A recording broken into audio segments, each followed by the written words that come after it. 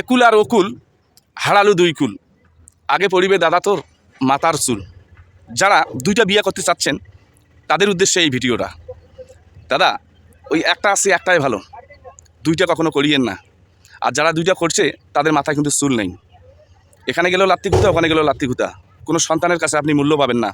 শেষ বয়সে এসে ছিঁড়া কাপড়ের মতো হয়ে যাবেন। কোনো সন্তানের কাছে আপনার মূল্য থাকবে না। হ্যাঁ, এটাই বাস্তব কথা দাদা। আপনি ওই নিজের নজরটাকে ঠিক করেন, তাহলে সব ঠিক হবে। দুইটা বিয়ার চিন্তা কখনো মাথাও আনবেন না। আনলে মরছেন, আপনার সাড়ে সর্বনাশ আপনি নিজে ডেকে আনছেন। কারণ কখনো দুইটা বিয়ে করে কেউ সুখী হতে পারেনি। একটা আছে, একটাকে আপনি যদি সুন্দরভাবে ভালোবাসা বা মন জয় করতে পারেন, সে আপনাকে জীবন প্রাণ দিয়ে ভালোবাসবে। এটাই কিন্তু বাস্তব কথা। আর যখন দুইটা বিয়ে করবেন, তখন আপনার প্রথম স্ত্রীও আপনাকে মন থেকে ভালোবাসবে না। আর দ্বিতীয় স্ত্রী তো জানে প্রথমটাকে ছেড়ে আমার কাছে এসেছে, আমাকেই ছেড়ে কোনো দিন চলে যেতে পারে আরেকজনের কাছে। তাই একজনকেই ভালোবাসুন, দেখবেন সুন্দর একটা জীবন আপনি পাবেন।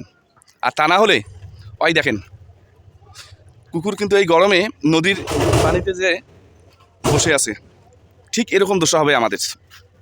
বাড়ির গরমে এ বাড়িতে এক গরম, ও বাড়িতে এক গরম, ওই নদীর পাড়ে গিয়ে পানিতে বসে থাকা লাগবে।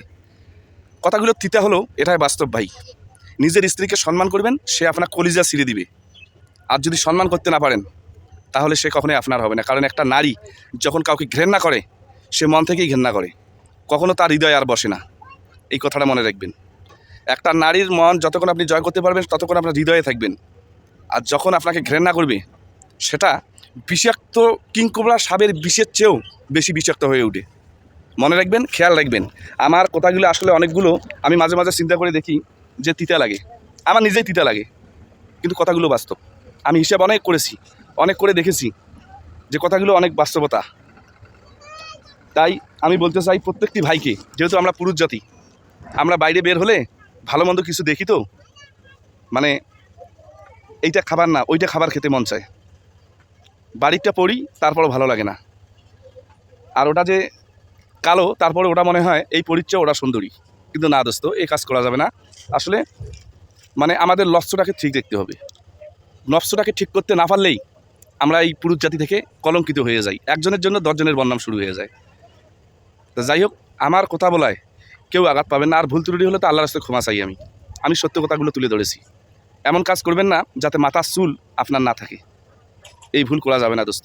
ঘরে হের নাহারি সারিয়া কেহনে করেন পরে হের নাহারির মায়া, এটা আমাদের রংপুরের গান।